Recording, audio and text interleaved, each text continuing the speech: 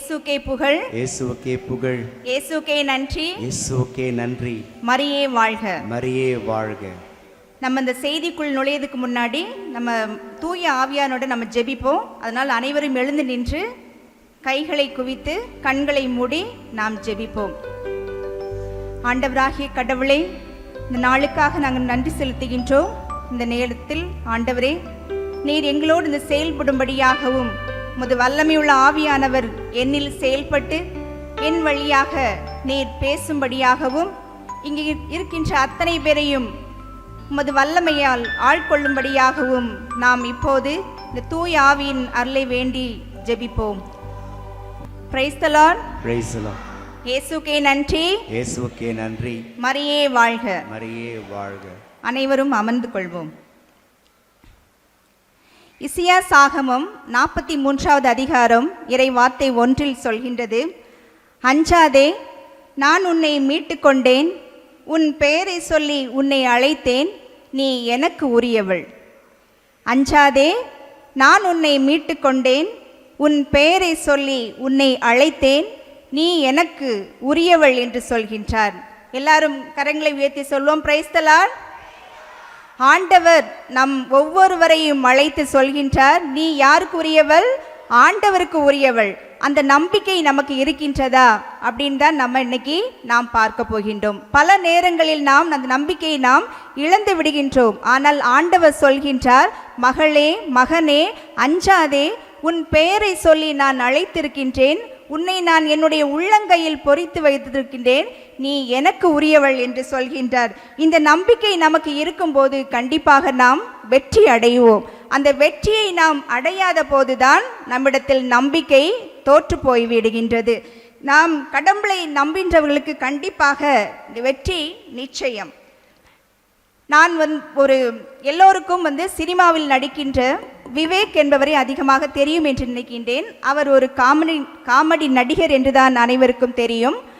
ஆனால் அவருடைய இளமை காலத்தில் அவருடைய குடும்பம் மிகவும் ஏழ்மையான குடும்பமாக இருந்தது. அவர்களிடத்தில் அதிகமான செல்வம் கிடையாது, நல்ல ஒரு வீடு கிடையாது, ஈவன் அவர்களுடைய சாப்பிடுவதற்கு கூட அவர்களுக்கு சரியான உணவு இல்லாத நிலை. அப்படியாக இருக்கும்போது அவர் ஒரு நாள் நினைக்கின்றார், என்னுடைய வாழ்க்கையிலும் நானும் வெற்றி அடைய வேண்டும், நான் பெரிய ஆளாக வர வேண்டும். ஏனென்றால் அவருக்கு அனைவரையும் சிரிக்க வைக்கக்கூடிய அந்த திறமை அவருக்கு இருக்கின்றது. அப்போ அவர் ஒரு நாள் நினைத்துட்டு இருக்கும் போதே அங்கே ஒரு அட்வர்டைஸ்மெண்ட் வருது. அந்த அட்வர்டைஸ்மெண்ட்டில் சொல்லியிருக்கு, யார் 1 மணி நேரம் சிரிக்காமல் இருக்கின்றார்களோ அவர்களுக்கு 1 லட்சம் ரூபாய் கொடுக்கப்படும் என்று சொல்கின்றார்கள். அப்போது இவர் விவேக் அந்த அட்வர்டைஸ்மெண்ட்டை பார்த்துட்டு அதற்காக போய் அப்ளை பண்ணுகின்றார், அதில் கலந்து கொள்கின்றார். அந்த போட்டியில் கலந்து கொள்ள செல்லும் போது அங்கு 50 பேர் இருக்கின்றார்கள். போட்டியானது தொடங்குகின்றது. அங்கு அவர்கள் நிறைய சிரிக்கிறதுக்காக சொல்லி கொண்டு இருக்கின்றார்கள். 1 மணி நேரம் நம் யார் சிரிக்காமல் இருக்கின்றார்கள் அவர்களுக்கு மட்டும்தான் என்னது பரிசு கிடைக்கும். இவர் சிரிக்காமல் இருக்கின்றார். அந்த 50 பேரில் 30 பேர் எலிமினேட் ஆகிட்டாங்க, தோத்து போயிட்டு விட்டார்கள். மீதி 20 பேர் இருக்கின்றார்கள். திரும்பவும் 2வது சுற்றுக்கு வருகின்றார்கள். அந்த 20 பேரில் 10 பேர் 2வது சுற்றில் தோற்றுவிட்டார்கள். 3வது சுற்றுக்கு வருகின்றார்கள். அந்த 10 பேரில் 7 பேர் தோற்றுவிட்டார்கள்.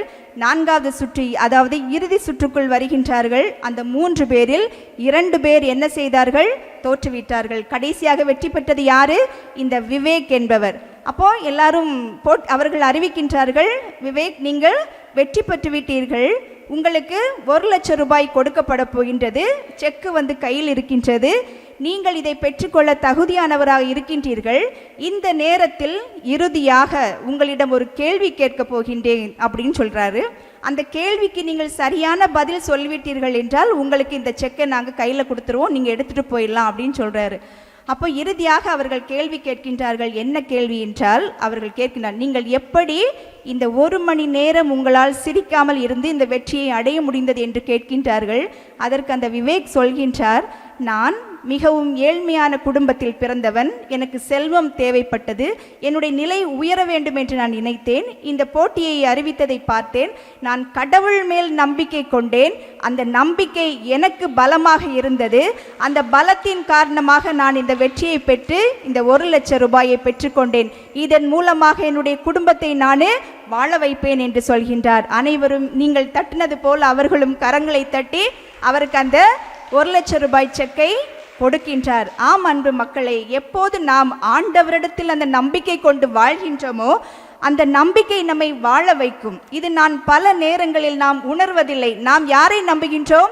என்னை நம்புகின்றேன், என்னுடைய திறமையை நம்புகின்றேன், என்னுடைய சக்தியை நம்புகின்றேன், என்னுடைய பலத்தை நம்புகின்றேன், என்னுடைய பதவியை நம்புகின்றேன், என்னிடம் செல்வம் இருக்கின்றது அதை தான் நம்புகின்றேன்.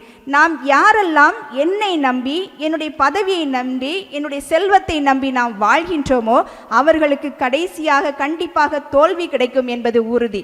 ஆனால் யாரு கடவுளை நம்பி வாழ்கின்றார்களோ அவர்கள் கண்டிப்பாக, கடவுளை நம்பி வாழ்கின்றவர்களுக்கு என்ன கிடைக்கும்? என்ன கிடைக்கும்? கண்டிப்பாக வெற்றி கிடைக்கும். குரங்கு, நீங்க எல்லாருமே குரங்கு பார்த்துருப்பீங்க, அப்படி தானே? பார்த்துருக்கீங்க தானே எல்லாருமே? குரங்குனுடைய குட்டியை பார்த்துருக்கீங்களா? அந்த குட்டி என்ன செய்யும்? குரங்கு பிடிச்சிக்குமா, குட்டி பிடிச்சிக்குமா?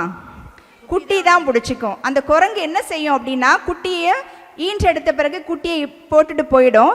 அந்த குட்டி என்ன செய்யும்னா, தாய் குரங்குடைய வயிற்றை இறுக பற்றி கொண்டு விடும். அந்த குரங்கு சும்மாவா இருக்கும்? மரத்துக்கு மரம் என்ன செய்யும்? தாவி கொண்டே இருக்கும். ஒரு சமயம் அந்த குட்டி கீழே விழுந்து விட்டால் அந்த குட்டியை தாயானது சேர்த்து கொள்ள மாட்டாது. ஏனென்றால் நீ எனக்கு தகுந்த பிள்ளை என்று தூக்கி விட்டு போய்விடும். அப்படி அதனால் அந்த குட்டி என்ன நினைக்கும்? நான் என்ன செய்யக்கூடாது? சற்றும் கூட கீழே நழுவி விடாமல் தாயினுடைய வயிற்றை இறுக பற்றி கொள்ளும். அன்பு மக்களே, நாம் என்றைக்கு இந்த குரங்கை போன்ற ஆண்டவரை நாம் பற்றி கொள்கின்றோமோ அன்றைக்கு கண்டிப்பாக வாழ்க்கையில் வெற்றி நிச்சயம். நம்பிக்கை நமக்கு, நம்பிக்கையால் நாம் வெற்றி அடையும் போது கண்டிப்பாக நம்முடைய வாழ்க்கை எப்படி இருக்கும்? மிகுந்த சந்தோஷமாக இருக்கும். அப்படி தானே? எல்லாரும் நல்லா இருக்கீங்களா? சந்தோஷமா இருக்கீங்களா?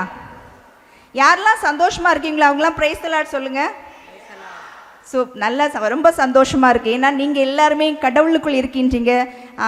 அடிக்கடி கடவுளை தரிசிக்கிங்க. இந்த அருங்கொடை இல்லத்திற்கு ஜெபிக்கிறீங்க. கடவுள் உங்களோடு செயல்படுகின்ற அதனால் கண்டிப்பாக சந்தோஷமாக இருப்பீர்கள். நன்றாக இருக்கின்றோம் அப்படின்னு சொல்லும்போது, ஏனோ நான் நன்றா இருக்கேன், என்கிட்ட காசு இருக்கு, பணம் இருக்கு, என்னோட திறமை இருக்கு, நான் நன்றா இருக்கிறேன். ஆனால் நன்றா இருக்கிறேன் என்று சொல்வதற்கும் நான் சந்தோஷமாக இருக்கின்றேன் என்று சொல்வதற்கும் வித்தியாசம் இருக்குது. இருக்கா இல்லையா? கண்டிப்பாக இருக்கிறேன். அந்த சந்தோஷம் எனக்கு உள்ள இருக்கும்போது, கடவுள் என்னோடு இந்த செயல்படுகின்ற போது, நான் வெற்றியை அடையும் போது என்னிடம் அந்த நீண்ட சந்தோஷம் எனக்குள் இருக்கும். நொபுகா என்ற ஒரு படை தளபதி இருந்தார். அவர் அடுத்த நாட்டுக்கு போரிட போகணும். அப்போ அவர் படை வீரர்களை தயார் செய்கின்றார். ஆனால் அந்த அவங்க படையெடுத்து போகக்கூடிய அந்த நாட்டில் நிறைய படை வீரர்கள் இருக்கின்றார்கள். அந்த படை வீரர்களை பார்த்து, ஆனால் இந்த நொபுங்கா படை தளபதிட்ட கொஞ்சமாக தான் படை வீரர்கள் இருக்கின்றார்கள். ஆனால் இந்த கொஞ்சமாக படை வீரர்கள் இருந்தால் கூட இந்த படை வீரர்கள் எப்படிப்பட்டவர்களாக இருக்கின்றாங்க? மிகுந்த வல்லமை உடையவர்களாக, கடவுளுடைய நம்பிக்கை உடையவர்களாக இருக்கின்றார்கள். அப்போ இந்த தளபதி நினைக்கிறாரு, அவருக்கு நம்பிக்கை இருக்குது, என்னுடைய படை வீரர்களால் நான் கண்டிப்பாக அந்த எதிரிகளிடமிருந்து போராடி வெற்றி அடைவேன் அப்படின்னு சொல்லி நம்பிக்கை இருக்குது. ஆனால் இந்த படை வீரர்களுக்கு நம்பிக்கை இல்லை. ஏன் அப்படின்னு சொன்னால், எதிர்ப்புறமாக உள்ள படை வீரர்கள் எக்கச்சக்கமாக இருக்கிறாங்க. ஆனால் இங்கே நம்ம கொஞ்சம் தான் இருக்கிறோம், நம்ம எப்படி வெற்றி பெறுவோம் அப்படின்னு சொல்லி இவங்களுக்குள் கலக்கம் ஏற்படுகின்றது. அப்போது இந்த தளபதி என்ன நினைக்கிறாரு? இவர்களுக்கு நம்பிக்கை இருக்குது, உன்னால் வெற்றி அடைய முடியும் என்று நான் எப்படி சொல்வது அப்படின்னு சொல்லி யோசித்துட்டே இருக்கிறாரு. அப்போ ஒரு நாள் இவர் என்ன செய்கின்றார்? ஒரு ஜென் துறவியிடம் செல்கின்றார். அந்த ஜென் துறவியிடம் போய் சொல்கின்றார், ஐயா, எனக்கு இப்படி படை வீரர்கள் இருக்கின்றார்கள், மிகுந்த பலசாலிகளாக இருக்கின்றார்கள். அவர்களை நான் அங்கு நாங்கள் படைக்கு செல்ல வேண்டும், வெற்றி பெற வேண்டும். இவர்கள் மிகவும் பலசாலிகள், ஆனால் என்னுடைய படை வீரர்கள் மிகவும் பயப்படுகின்றார்கள், நான் என்ன செய்வது என்று கேட்கின்றார். அப்போ அந்த ஜென் துறவி சொல்கிறார், ஒரு காரியத்தை சொல்லி கொடுக்கின்றார். இதன்படி செய்யுங்கள், நீங்கள் கண்டிப்பாக உங்களுடைய படை வீரர்கள் உங்களிடம் வெற்றி பெறுவார்கள் அப்படின்னு சொல்கிறாரு. அதே போல் இந்த படை தளபதி வராரு, படை வீரர்களை அழைக்கிறாரு, ஒரு கோயிலுக்கு அழைத்து செல்கின்றார். அழைத்து சென்று அந்த கோயிலுக்கு முன்புறம் அவர்களை நிற்க வைத்துவிட்டு இவர் கோயிலுக்குள் சென்று ஜெபித்து விட்டு வருகின்றார். வெளியிலே வந்தோடனே சொல்கின்றார் படை வீரர்களிடம், படை வீரர்களே, நான் ஜெபித்து விட்டு வந்திருக்கின்றேன். இப்போது என் கையில் ஒரு காயின் இருக்குது, இதை நான் சுண்டி விடுவேன். விடும்போது தலை வந்தால் நாம் வெற்றி அடைவோம் அப்படின்னு சொல்கிறாங்க. இதற்கு எல்லாம் ஒத்துக்கொள்கின்றீர்களா அப்படின்னு கேட்குறாரு. அப்போ அவங்க படை வீரர்கள் என்ன சொல்கின்றார்கள்? ஓகே தளபதி, நாங்கள் இதற்கு ஒத்துக்கொள்கின்றோம் அப்படின்னு சொல்லிட்டு அவங்க அது தளபதி காயின் போடுறாரு. அதில் என்ன விழுகுது? தலை விழுகுது. உடனே படை வீரர்கள் மிகுந்த உற்சாகத்தோடு, கடவுள் நம்மோடு இருக்கின்றார், நாம் போரிடுவோம், நாம் என்ன செய்வோம், வெற்றி அடைவோம் அப்படின்னு சொல்லிட்டு அவங்க போரிட போகிறாங்க. போரிட போகும்போது அவர்கள் என்ன அடைந்தார்கள்? அதே நம்பிக்கையோடு சென்றவர்கள் வெற்றி அடைந்தார்கள். வெற்றியெல்லாம் அடைந்து முடிந்து விட்டது. திரும்ப ஒரு நாள் அந்த படை தளபதி உட்கார்ந்திருக்கும் போது ஒரு படை வீரர் வருகின்றார். அவரிடம் கேட்கின்றார், எப்படி படை தளபதி அவர்களை, இப்படி நாம் வெற்றி பெற்று விட்டோமே அப்படின்னு கேட்குறாங்க. அப்போ அந்த படை தளபதி கையில் இருக்கக்கூடிய காயினை காட்டுறாரு. ரெண்டு பக்கம் என்ன இருந்துச்சு? தலை இருக்குது. என்ன தளபதி, இப்படி எங்களை ஏமாற்றி விட்டீர்களே அப்படின்னு சொல்லி. அப்போ தளபதி சொல்கின்றார், நான் கோவிலுக்கு சென்று விட்டு ஜெபித்து நானே இதை கொடுத்தேன். நீங்கள் என் மேல் நம்பிக்கை கொள்ளவில்லை, ஆனால் அந்த காயின் மேல் நம்பிக்கை கொண்டீர்கள். கடவுள் உங்களுக்கு வல்லமையை வெளிப்படுத்தினார், உங்களுக்கு பலம் இருக்கின்றது என்பதை அந்த கடவுள் உங்களுக்கு உணர்த்தினார். அதனால் தான் இந்த சின்ன பரீட்சை நடைபெற்றது அப்படின்னு சொல்கின்றார். அப்போ இந்த படை வீரர் சொல்றார், ஆமாம், நாம் என்னைக்கு அந்த ஒரு நம்பிக்கையோட ஒரு முழு எண்ணத்தோடு நாம் செயல்படும் போது கண்டிப்பாக கடவுள் நமக்காக போரிடுவார். போரிடுவாரா மாட்டாரா? போரிடுவார். எல்லாருடைய வாழ்க்கையிலும் நீங்கள் பார்த்தீங்க அப்படின்னு சொன்னால், நம்பிக்கையினால் நாம் ஆண்டவரை தேடி போகும்போது நடக்கக்கூடிய நல்ல காரியங்கள் இருக்கின்றன. அதே சமயம் நாம் நம்பிக்கை இல்லாமல் நிறைய தோல்விகளை சந்தித்த அனுபவங்களும் நம்முடைய வாழ்க்கையில் இருக்கின்றன. அப்படித்தானே? கண்டிப்பாக இருக்கின்றது.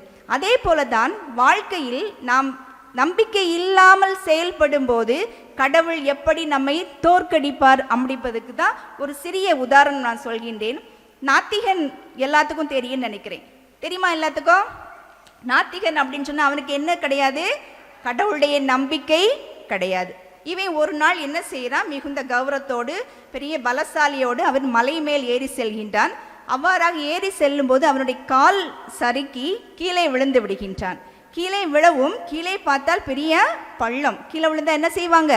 செத்து போயிடுவாங்க. அப்போ இவர் என்ன பண்ணுறாரு? ஒரு மரக்கிளையை பிடித்து தொங்கிக் கொண்டிருக்கின்றார். அவர் தொங்கிக் கொண்டு இருக்கும்போது அவர் நினைக்கின்றார், ஆபத்துக்கு பாவம் இல்லை அப்படின்னு நினச்சிட்டு, நான் இத்தனை வருட காலமாக கடவுளை நம்பவில்லை, இன்று நான் கடவுளை நம்புகின்றேன். ஏனென்றால் அவருக்கு வேறு வழி இல்லை. அந்த மலைக்குள்ளே யார் மட்டும்தான் காப்பாற்ற முடியும்? அந்த கடவுள் மட்டும்தான் காப்பாற்ற முடியும். அதனால் அவர் கடவுளை நோக்கி கூப்பிடுகின்றார், சொல்கின்றார், கடவுளே எனக்கு உதவி செய்யுங்க, கண்டிப்பாக நான் காப்பாற்றப்பட வேண்டும். எனக்கு தெரியும் நான் இவ்வளவு நாளும் கடவுள் இல்லை என்று சொல்லி கொண்டிருக்கின்றேன், ஆனால் இன்று சொல்கின்றேன், உங்களை நம்புகின்றேன், கடவுள் நீங்கள் இருக்கின்றீர்கள், எனக்கு இந்த உதவியை செய்து இந்த ஆபத்திலிருந்து என்னை காப்பாற்றுங்கள் அப்படின்னு சொல்கிறாரு. கடவுள்கிட்ட எந்த சத்தமும் வரவில்லை. நமக்கும் அப்படி தான் கடவுள் இருப்பார். தேவைக்கு மட்டும் நம்ம என்ன செய்வோம்? எங்கே போவோம்? கோயிலுக்கு போவோம். தேவைக்கு மட்டும் உண்டியலை போட்டு, ஆண்டவரே எனக்கு இந்த உதவியை செஞ்சிருங்கன்னு சொல்லுவோம். ஆனால் கடவுள் பொறுமையாக தான் இருப்பார். கடவுள் என்ன செய்வார்? நமக்கு வேகமாக உதவி செய்ய மாட்டார். அப்போ அதே போல் கடவுள்கிட்ட சத்தம் வரவில்லை. திரும்பவும் அவர் என்ன செய்கின்றார்? கடவுளை கூப்பிடுகின்றார். கடவுளே, நீங்கள் இருக்கீங்க, உண்மையானால் என்னை காப்பாற்றும், நான் இன்று முதல் உங்களை நான் நம்புவேன் அப்படின்னு சொல்கிறார். உடனே கடவுளுடைய சத்தம் கேட்குது.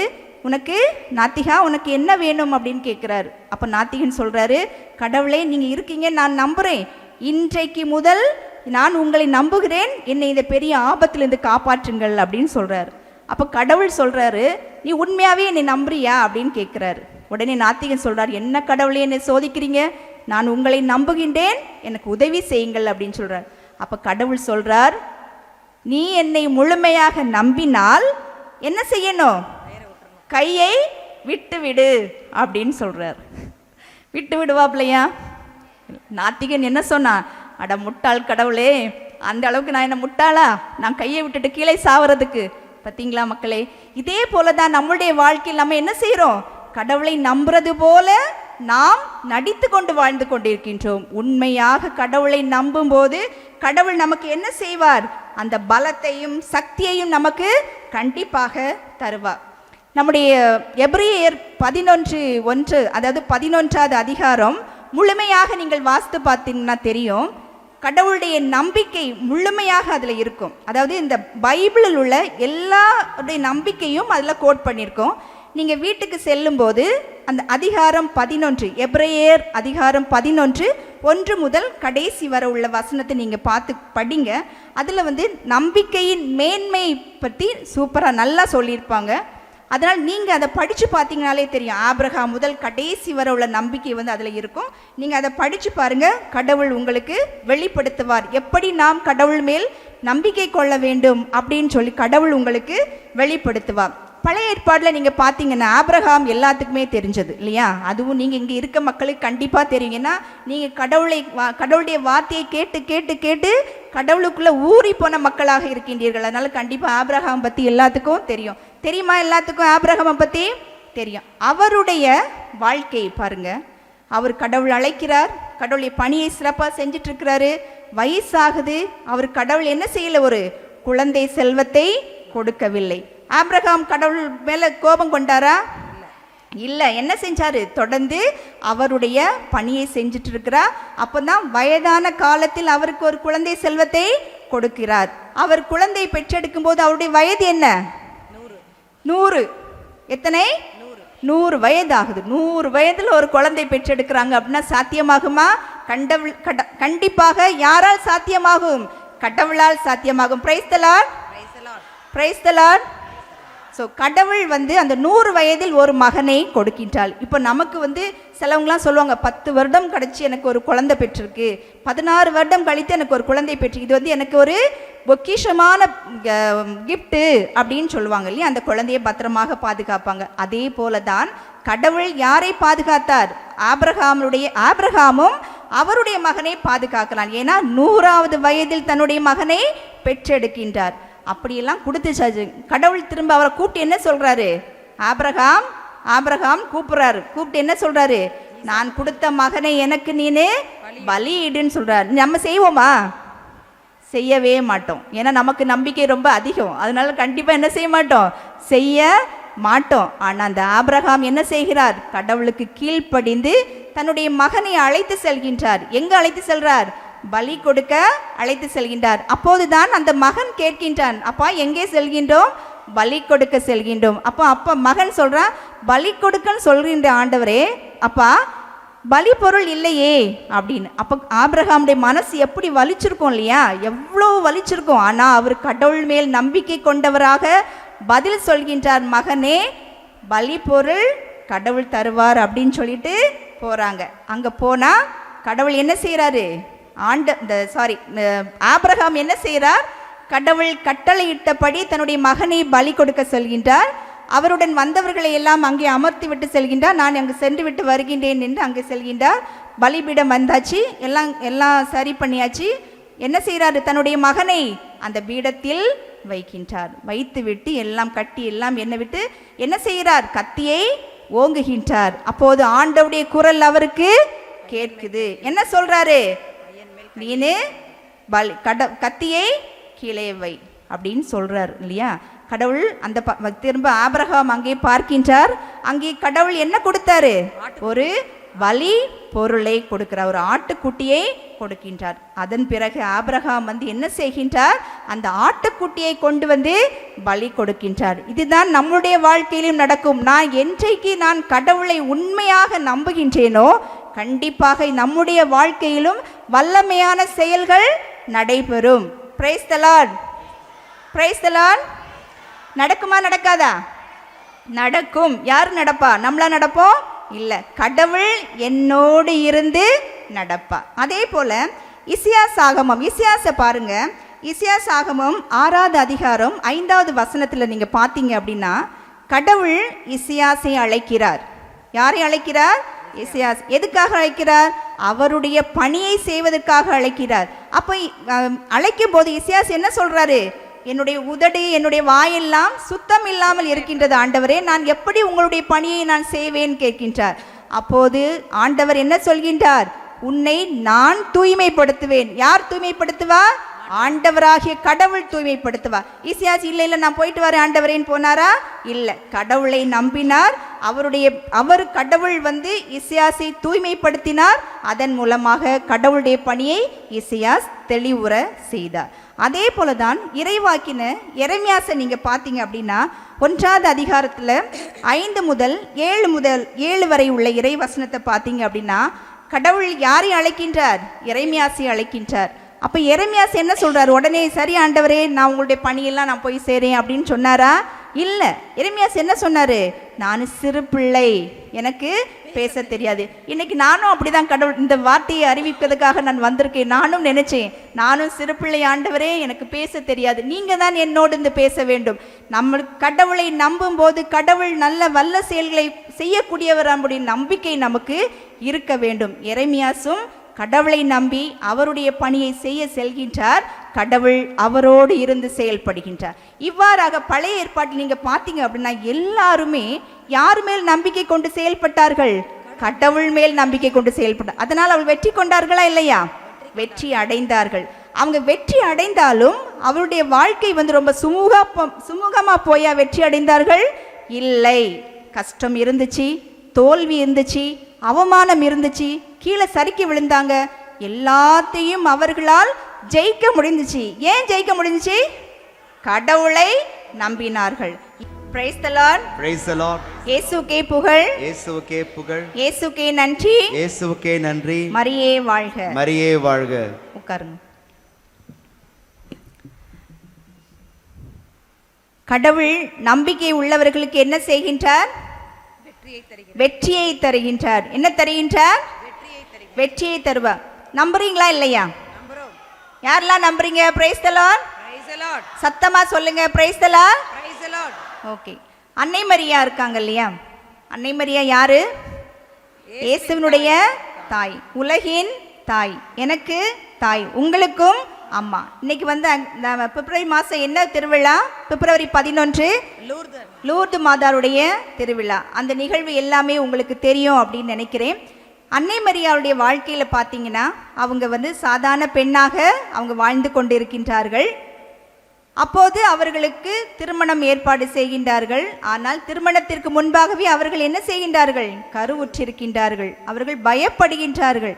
பயந்து எப்படி இப்படி அப்படின்னு சொல்லி அவங்க பயப்படும் போது கனவில் யார் வருகின்றார்? வானதூதர் வருகின்றார். வானதூதர் என்ன சொல்றாரு? இது அஞ்சாதே. யாருடைய திட்டம் இது? கடவுளுடைய திட்டம். யாருடைய திட்டம்? கடவுளுடைய திட்டம். என்னுடைய வாழ்க்கையில் கடவுளுடைய திட்டம் செயல்படுவதற்கு நான் அனுமதிக்க வேண்டும். என்ன செய்ய வேண்டும்? அனுமதிக்க வேண்டும். நான் பல நேரங்களில் என்னுடைய ஆசை, என்னுடைய ஏக்கம், என்னுடைய வேண்டுதல், என்னுடைய எல்லாமே நான் நான் நான் என்றுதான் நடக்க வேண்டும் என்று நினைக்கின்றோம். அப்படியாக நாம் நடக்க நினைக்கும் போது நன்றாக முடியுமாது? முடியாது. நாம் சோர்ந்து போய்விடுவோம், கலங்கி போய்விடுவோம், கீழே விழுந்து விடுவோம், அவமானப்பட்டு விடுவோம். ஆனால் மாதாம்மா என்ன செய்கிறாங்க? யாரை நம்புகின்றார்? கடவுளை நம்புகின்றார். யார் வழியாக நம்புகின்றார்? அந்த வானதூதர் வழியாக கடவுளை நம்புகின்றார். அதனால் தான் அவருக்கு என்ன பாக்கியம் கிடைத்தது? இயேசுவை பெற்றெடுக்கக்கூடிய பாக்கியம் கிடைத்தது. Price the Lord. Praise the Lord. இதே பாக்கியம் நமக்கு கிடைக்கணும். நாம் யாருடைய திட்டத்தை நாம் ஏற்றுக்கொள்ள வேண்டும்? கடவுள் மேல் நம்பிக்கை கொண்டு அவருடைய திட்டத்தை நாம் ஏற்றுக்கொண்டு வாழும்போது துன்பங்கள் வரும், கலக்கம் வரும், தோல்வி வரும், இறுதியில் என்ன கிடைக்கும்? வெற்றி கிடைக்கும். இன்று மாதா யாருடைய தாயாக இருக்கின்றார்? இந்த உலகத்துக்கே தாயாக இருக்கின்றார். எல்லோரும் அவர்களை தேடி ஓடுகின்றார்கள், எங்களுக்காக பரிந்து பேசுங்கள் என்று கேட்கின்றார்கள். இதுதான் அன்னை மரியாளிடம் காணப்பட்ட நம்பிக்கை. 1836ஆம் ஆண்டில் இந்த திருச்சி பக்கத்தில் ஒரு பெண் பிறக்கிறாங்க. அந்த பெண் மிகவும் நல்ல செல்வமான குடும்பத்தில் பிறக்கின்றார்கள். வசதி வாய்ப்புகள் எல்லாம் இருக்கின்றது. மிகவும் பக்தியான குடும்பம். அவர்கள் பிறந்து அப்படி வாழ்ந்து கொண்டே இருக்கும்போது அவர்களுக்கு திருமண வயது ஏற்படுகின்றது. திருமண வயது ஏற்படும் போது பெற்றோர்கள் என்ன செய்கின்றார்கள்? அந்த பெண்ணுக்கு மாப்பிள்ளை பார்க்கின்றார்கள். ஆனால் அந்த பெண்ணுக்கு திருமணமாவதற்காக அவர்களுக்கு ஆசை இல்லை. அவர்களுக்கு நான் ஒரு துறவியாக வேண்டும் என்ற ஆசை இருக்கின்றது.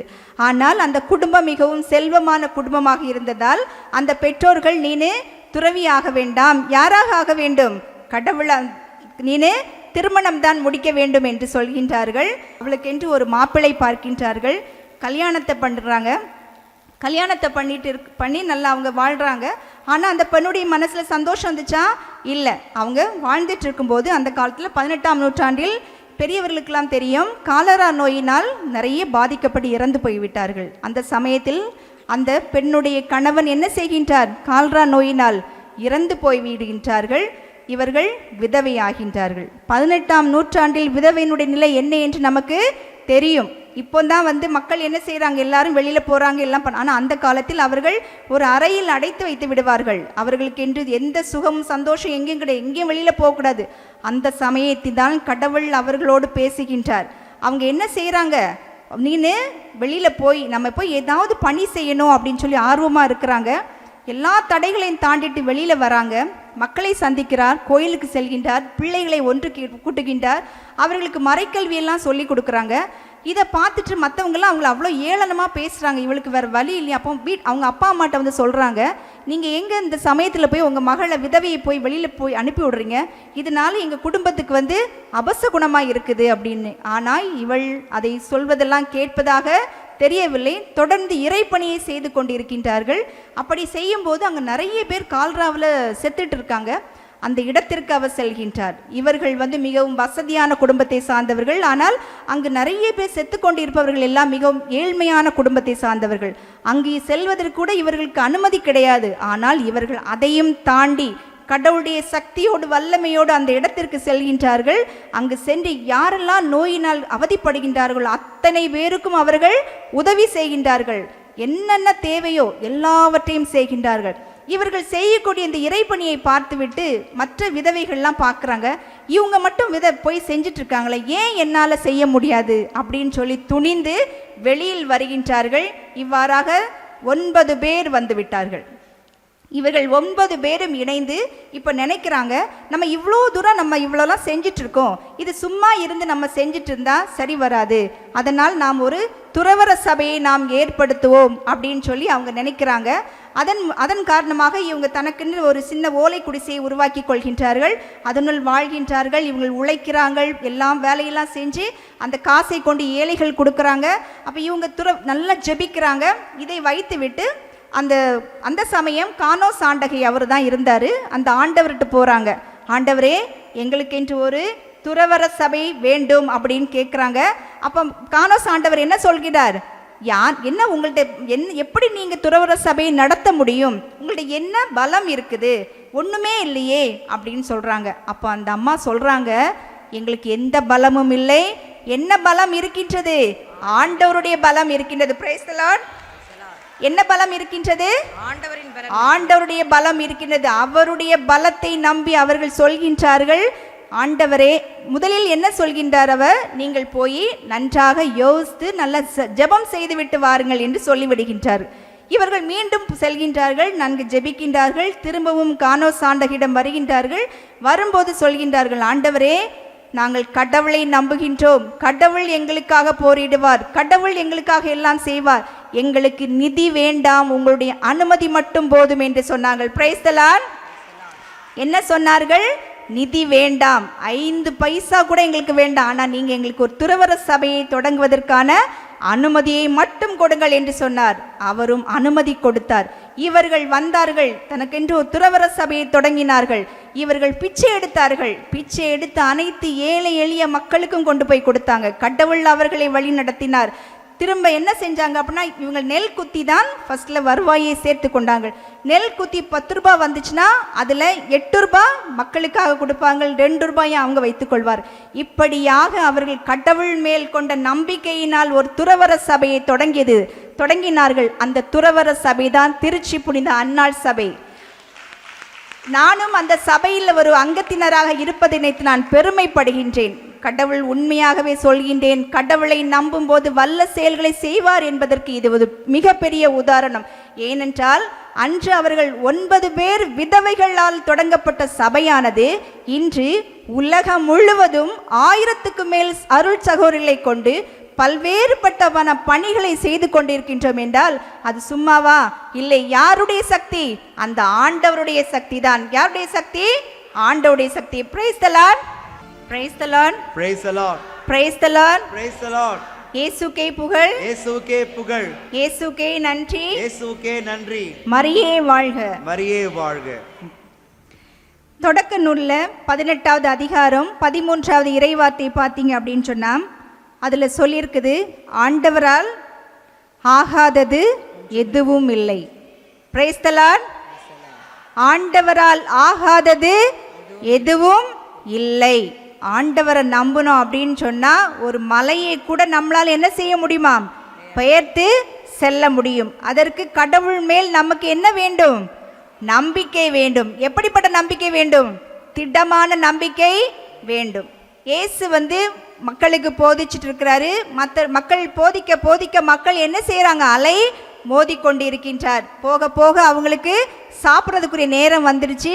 ஆனா மக்களுக்கு என்ன இல்லை? சாப்பாடு இல்லை. அப்போ எல்லாரும் சொல்றாங்க, நேரம் ஆகுது, பசிக்குது, மயக்கம் வருது. இப்போ நம்மளும் இங்கே என்ன செய்வோம்? ஆண்டவரை ஜெபிக்க ஜெபிக்க நமக்கு என்ன வரும்? பசி வரும் இல்லையா? அதே போல் அந்த மக்களுக்கு பசி வருது. ஆண்டவர்கிட்ட போய் சொல்கிறாங்க, ஏசப்பாட சொல்கிறாங்க, இயேசுவே என்ன இயேசுவே நேரம் ஆகிட்டே இருக்குது, சாப்பாடு ஒன்றும் இல்லை, பசிக்குது அப்படின்னு சொல்லி. அப்போ இயேசு கேட்குறாரு, உங்களிடம் யாரிடமாவது ஏதாவது இருக்கின்றதா? அப்போ அவர்கள் என்ன சொல்கின்றார்கள்? எத்தனை அப்பம் இருந்துச்சு?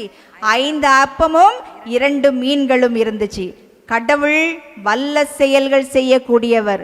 அவர் அதை எத்தனையாக மாற்றினார்? 5000மாக மாற்றி மக்கள் சாப்பிடும்படியாக என்ன செய்தார்? அதை செய்தார். இதுதான் நாம் கடவுள் மேல் கொள்ளக்கூடிய நம்பிக்கை. இயேசு சீடர்களோடு படகில் போய்கொண்டு இருக்கின்றார். சீடர்கள் என்ன செய்கின்றாங்க? மீன் பிடிக்கிச்சிட்டு இருக்காங்க. அவங்களுக்கு வலையில் ஏதாவது மீன் கிடைச்சிச்சா? கிடைக்கல. அவங்களுக்கு நம்பிக்கை இல்லை. ஆண்டவரை கூட வச்சுட்டே அவங்களுக்கு நம்பிக்கை இல்லை. நம்ம கூட ஆண்டவர் இருக்கிறாரா அப்படிங்கிறது நமக்கே சந்தேகமாக போய் விடுகின்றது. அப்போ அந்த சீடர்கள் என்ன செய்கிறாங்க? நம்ம இவ்வளோ கஷ்டப்படுறோம், ஒரு மீன் கூட வரலையே அப்படின்னு சொல்கிறாங்க. ஆனால் அப்போ இயேசு என்ன சொல்கிறாரு? நீ இந்த பக்கமாக வலையை போடு அப்படின்னு. அப்போ சீடர்கள் ஆண்டவரை நம்பினார்களா இல்லையா? நம்பினார்கள். அதனால் அவர்கள் என்ன செய்தார்கள்? அந்த வலையை அந்த பக்கமாக போடுகின்றார்கள். போடும்போது அவர் சொன்ன இடத்தில் போடும்போது வலை நிரம்பி வழிகின்றது. மீன்கள் அதிகமாக கிடைக்கின்றது. அவர்களால் வலையை என்ன செய்ய முடியவில்லை?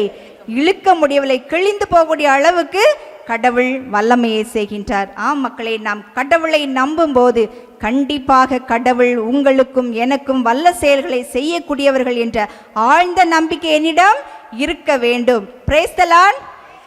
நீங்கள் இந்த இடத்திற்கு கடவுளை தேடி வருகின்றீர்கள். எத்தனை பேர் கடவுளை நம்பி நீங்கள் பலன் பெற்றிருக்கின்றீர்கள்? Price the Lord. நாம் எதற்காக வருகின்றோம் இந்த இடத்திற்கு என்று நாம் உணர வேண்டும். கடவுளை தேடி வருகின்றோமா? கடவுளை நம்பி வருகின்றோமா? கடவுள் எனக்கு வல்ல செயல்களை செய்வார் என்று வருகின்றோமா? ஆம், அந்த நம்பிக்கை, அந்த எண்ணம், நல்ல எண்ணங்களை கொண்டவர்களாக நாம் இந்த இடத்திற்கு வர வேண்டும்.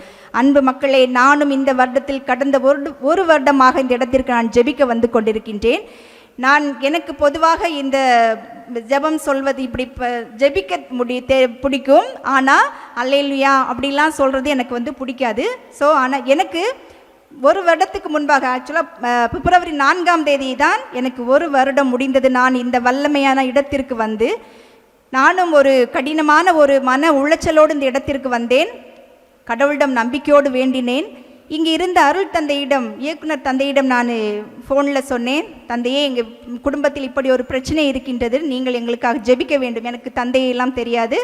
நான் அவர்களிடம் சொன்னேன். அவர்களும் சரி சிஸ்டர், நாங்கள் உங்களுக்காக ஜெபித்து கொள்கின்றோம் அப்படி சொன்னாங்க.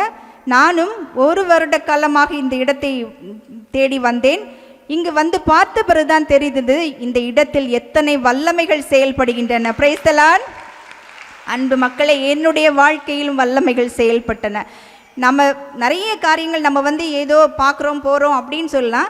இன்னைக்கு என்னுடைய வாழ்க்கையை பற்றி நான் சொல்லி, நான் அடைந்த பலன்களை பற்றி சொல்லி, உங்களுக்கும் அந்த நம்பிக்கை வர வேண்டும் என்பதற்காக என்னுடைய வாழ்க்கையை நான் சொல்ல ஆசைப்படுகின்றேன். நானும் உங்களை போன்ற ஒரு சாதாரண பெண்ணாக நான் உலகத்தில் பிறந்தேன். ரொம்ப சந்தோஷமாக மகிழ்வான குடும்பம், நல்ல சந்தோஷமாக என்னை வளர்த்தார்கள். அரசியாக ராணி போல நானும் அந்த குடும்பத்தில் சுற்றி திரிந்தேன். கடவுள் என்னையும் அழைக்கின்றார், என்னையும் தேர்ந்து கொள்கின்றார். மகளே, நீனே சுற்றி திரிந்தது, ஆடி பாடினது போதும், நீ என்னை தேடி வா, எனக்காக வா என்று என்னை அழைக்கின்றார். யாரையெல்லாம் கடவுள் முன் குறித்து வைத்திருக்கின்றார்களோ அவர்களெல்லாம் கடவுள் என்ன செய்கின்றார்? அழைக்கின்றார். Price the Lord, praise the Lord. அதே ஆண்டவர் என்னையும் அழைக்கின்றார். நானும் ஒரு கலக்கத்தோடலாம் நான் வரல, வந்துட்டேன். வீட்டில் யாருக்குமே விருப்பம் கிடையாது, எனக்காக எதுவுமே எங்கள் வீட்டில் செய்யலை. நான் வெறும் எதுவுமே இல்லாமல், ஈவன் 5 பைசா கூட என் கையில் கிடையாது. ஆண்டவரை நம்பி நான் அந்த 1989 நான் இந்த துறவற வாழ்க்கையில் நான் அடியெடுத்து வைத்தேன். நானும் துறவற வாழ்க்கையை கற்றுக்கொண்டேன். அதன் வழியாக நானும் துறவியானேன். துறவியான பிறகு என்னை நர்சிங் படிப்புக்காக பெங்களூர் அனுப்புகின்றார்கள். அங்கே சென்றால் அங்கேயுமே அந்த படிப்பே எனக்கு கடவுளுடைய நம்பிக்கையால் மட்டும்தான் நான் முதல் மதிப்பெண்கள் பெற்று வெற்றி பெற்றேன் என்பதை நான் சொல்லினேன். ஏன்னா கடவுள் என்னை வழி நடத்தினார்ங்கிறத நான் முழுமையாக நம்பினேன். நான் என்னவோ ஒரு துறவியாக இருந்ததுனால எனக்கு கடவுள் மேல் ரொம்ப நம்பிக்கை இருந்துச்சு. கடவுளை மட்டும் நம்பினேன், என்னுடைய பலத்தை நம்பவில்லை. அங்கு பெங்களூரில் லாங்குவேஜ் வித்தியாசம், கன்னடா பேசுவாங்க, இல்லைன்னா இங்கிலீஷ் பேசுவாங்க, இல்லைன்னா மலையாளம் நிறைய பேசுவாங்க. நான் நினைப்பேன், ஆண்டவரே, நான் அட்லீஸ்ட்டு கேரளா நாட்டிலையாவது பிறந்திருக்கலாமே, மலையாளத்தையாவது கற்றுக்கிட்டு நம்ம பேசியிருக்கலாமே அப்படின்னு நினைப்பேன். ஆனால் கடவுள் என்னோடு இருந்து வல்ல செயல்களை செய்தார். கடினப்பட்டேன், கடவுளை நம்பினேன். இரவு முழுவதும் அங்கு ஒரு கோவில் உண்டு, அந்த கோவிலில் நான் விழித்திருந்து ஜெபிப்பேன். நீங்கள் என்னை அழைத்தீர்கள், எனக்கு கொடுங்க, எனக்கு நாலேஜ் தாங்க, எனக்கு அறிவை தாங்க, சக்தியை தாங்க, நான் படிக்கணும்னு சொல்லி கடவுளை நம்பினேன். நான் படித்தேன். நான் 3 வருடம் படித்து முடிந்தது. 4வது வருடம் 1997 நான் சிறப்பாக படித்து சிறப்பாக என்னுடைய பணியை செய்கின்றேன் அப்படின்னு சொல்லிட்டு என்னுடைய நிர்வாகமானது என்னை பாராட்டி, நாங்கள் இன்டர்ன்ஷிப்பில் இருக்கிறோம். அந்த சமயம் மேல் மெடிக்கல் வார்டு அப்படின்னு சொல்லி உண்டு. ஆக்சுவலாக அந்த ஆஸ்பத்திரி பெங்களூரில் 2வது இடத்தை பெற்றுள்ளது. ஃபர்ஸ்ட் இடத்தில் இருப்பது சென்ட் ஜான்ஸ் மெடிக்கல் காலேஜ், எல்லாத்துக்கும் தெரியும். 2வது இடத்தில் இருப்பது இந்த சென்ட் மாதாஸ் ஹாஸ்பிட்டல். அப்போ அந்த மேல் மெடிக்கல் வார்டுக்கு என்னை இன்சார்ஜாக கொடுக்கின்றார்கள். பொதுவாக இந்த இன்டர்ன்ஷிப் பண்ணுறவங்களுக்குலாம் அந்த பொறுப்புலாம் கொடுக்க மாட்டாங்க. இன்டர்ன்ஷிப் அப்படின்னா ட்ரைனிங் பீரியடு, ஸ்டடீஸ் முடிச்சு ட்ரைனிங் பீரியடு. பட் என்னோடய ட்ரைனிங் பீரியடில் எனக்கு அந்த இன்டர்ன்ஷிப் அந்த அந்த ஃபுல் வார்டுக்கு இன்சார்ஜ் கொடுக்குறாங்க. அந்த வார்டில் மட்டுமே கிட்டத்தட்ட 1000க்கு மேலான நோயாளிகள் இருந்தார்கள். அதிலும் ஒரு அறையில் மட்டும் கிட்டத்தட்ட ஒரு 100 நோயாளிகளுக்கு மேல் HIV-னால் பாதிக்கப்பட்ட நோயாளிகள் இருந்து கொண்டிருந்தார்கள். அந்த நோயாளிகளை நான் கவனித்து கொண்டிருந்தேன்.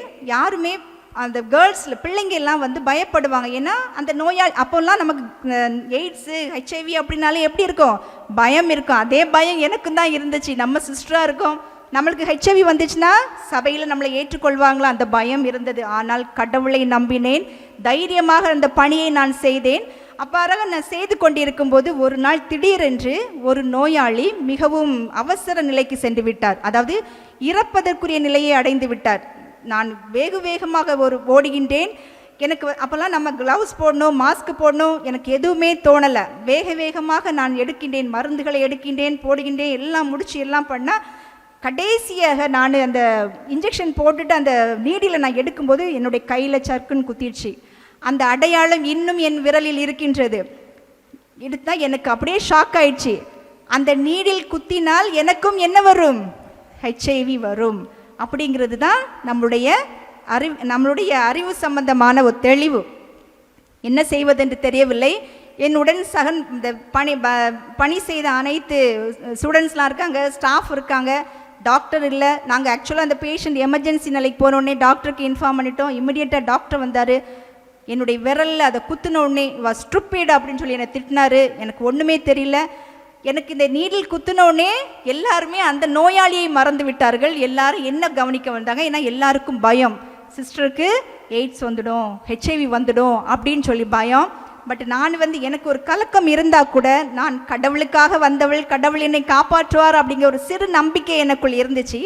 நான் டாக்டர் என்ன பண்ணார், இமிடியேட்டாக அந்த நீடில் ரிமூவ் பண்ணிவிட்டு ஒரு பிளேடை வச்சு கட் பண்ணி அந்த பிளட்டெல்லாம் எடுத்துட்டு அதுக்கப்புறம் எனக்கு வேண்டிய உரிய சிகிச்சைகள் எல்லாம் அளித்தார்கள். அமைதியாகின்றது. அப்போது அந்த டாக்டர் சொல்கின்றா, சிஸ்டர், உங்களுக்கு ஹெச்ஐவி வருவதற்கான வாய்ப்புகள் 95% இருக்கின்றன அப்படின்னு சொன்னால் கலக்கம் வந்தது.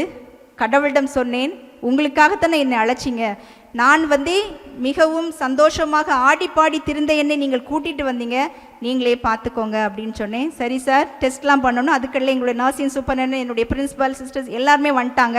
என்னுடைய கிளாஸ்மேட்ஸில் எனக்கு நாங்கள் 60 பேர் படித்தோம். அதில் 15 பேர் சிஸ்டர்ஸ் இருந்தாங்க. எல்லாருமே வந்துட்டாங்க. அப்போ அந்த டாக்டர் சொல்கிறாரு, இம்மிடியட்டாலாம் ஒன்றும் செக் பண்ண முடியாது சிஸ்டர், 6 மாதம் ஆகும் என்று சொல்கின்றார். பொறுமையாக இருக்க முடியுமா? இருக்க முடியுமா? முடியும்.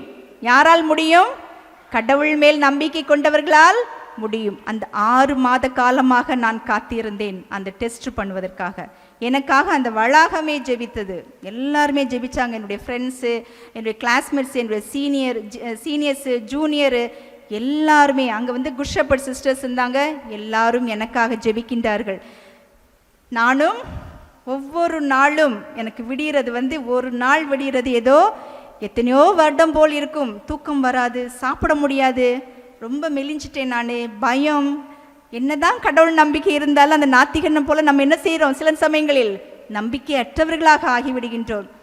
கடக்கின்ற நாட்கள் செல்கின்றன. அந்த கேம்பஸே கிட்டத்தட்ட 5000 நோயாளிகள் அந்த ஆஸ்பத்திரியில் இருக்கின்றார்கள்.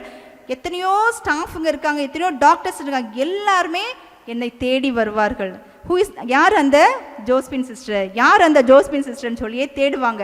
எனக்கு ஒரு வகையில் சந்தோஷம், ஒரு வகையில் மன கலக்கம். அப்படியாக நான் அந்த ஆஸ்பத்திரி நான் மிகவும் பிரபலமானேன். நாட்கள் நகர்கின்றன. 6 மாதம் முடிகின்றது. எனக்கு நாளைக்கு டெஸ்ட் எடுக்கணும். இன்றைக்கி டாக்டர் என்னை அழைத்து சொல்கின்றார், சிஸ்டர் நாளைக்கு டெஸ்ட் எடுக்கணும், தயாராக இருங்க அப்படின்னு சொல்கிறாரு. கடவுள்கிட்ட ஜெபிச்சேன், நம்பிக்கையோடு நான் போனேன். காலையில் எல்லாருமே என்னுடைய ஃப்ரெண்ட்ஸ் எல்லாருமே அழுதாங்க. பட் எனக்கு அந்த நேரம் அழகு வரல. நான் அதுக்கப்புறம் நான் ரொம்ப அழுதேன். அப்புறம் நான் டெஸ்ட் பண்ணுறதுக்காக போகிறேன். அந்த லேபில் போனால் அந்த பிளட் டெஸ்ட் பண்ணுறவங்க ஆக்சுவலாக எடுக்கலை, டாக்டர் எடுத்தார். அவர் சொல்கிறாரு, சிஸ்டர் பயப்படாதுங்க, கடவுள் உங்களை குணப்படுத்துவார், உங்களுக்கு ஹெச்ஐவி இருக்காது சிஸ்டர் அப்படின்னு சொன்னார். பிளட் டெஸ்ட் எடுத்தாங்க, எடுத்து எல்லாம் கொடுத்தாச்சு. திரும்ப ரிசல்ட்டுக்கு எத்தனை நாள் வெயிட் பண்ணணும்? 9 நாள் வெயிட் பண்ணணும். திரும்பவும் காத்திருக்க வைக்கின்றார் ஆண்டவர். அதுதான் நம்ம காத்திருக்க கடவுள் மேன்மையான காரியங்களை செய்வார் அப்படிங்கிறதா நான் இன்னைக்கு என்னுடைய வாழ்க்கையை பற்றி உங்களுக்கு நான் சொல்லிட்டு இருக்கேன். மிகவும் 9 நாள், ஏற்கனவே 6 மாதம் போய்விட்டது. 9 நாள் நான் காத்திருக்கின்றேன். முதல் நாள், 2ஆம் நாள், 3ஆம் நாள், 9வது நாள் நாளைக்கு வருகின்றது. இன்று இரவு என்னுடைய கிளாஸ்மேட்ஸ் எல்லாம், நாங்கள் எங்கள் பேட்சில் 60 பேர் இருந்தோம், கேர்ள்ஸ் ப்ளஸ் சிஸ்டர்ஸ் இருந்தோம். எல்லாரும் என்னுடைய ரூமில் இருந்தாங்க அன்றைக்கி நைட்டு. உண்மையாக சொல்கின்றேன், அவர்களுடைய சப்போர்ட், அவங்களுடைய என்னை பலப்படுத்தினார்கள். யார் வழியாக? கடவுள் அவர் வழியாக என்னை பலப்படுத்தினார். இரவு முழுவதும் நாங்கள் தூங்காமல் இருந்தோம். காலை ஆகின்றது, விடுகின்றது. நானும் திருப்பலிக்கு போயிட்டு வந்தேன். எல்லாரும் போயிட்டு வேண்டிட்டு உட்கார்ந்துருக்கோம். நேரம் ஆகின்றது. அங்கே டெஸ்ட்டு 10 மணிக்கு தான் தருவாங்க. ஸோ வெயிட் பண்ணிட்டு இருக்கோம். மணி 9 ஆகுது, 9:50 ஆகுது, மணி 10:05 ஆகுது. எனக்கு எங்களுடைய ரிசப்ஷனில் கால் வருது, சிஸ்டரை வர சொல்லுங்கள் அப்படின்னு. ஸோ என்னுடைய சக தோழிமார்கள்லாம் வந்தார்கள். நான் அங்கு செல்கின்றேன். அங்கே செல்லும்போது சொல்கின்றார்கள், நீங்கள் லேபுக்கு போக வேண்டாம், நர்சிங் சூப்பர் ரூமுக்கு போங்க அப்படிங்கிறாங்க. பயம் இருக்கின்றது, கலக்கம் இருக்கின்றது, நெஞ்செல்லாம் படபடன்னு அடிக்குது. ஹெச்ஐவி இருந்தால் என்ன செய்வது? சபை என்னை ஏற்றுக்கொள்ளுமா அப்படிங்கிற ஒரு இது, என்னுடைய குடும்பம் என்னை ஏற்றுக்கொள்ளுமா அப்படிங்கிற கலக்கம். செல்கின்றேன்.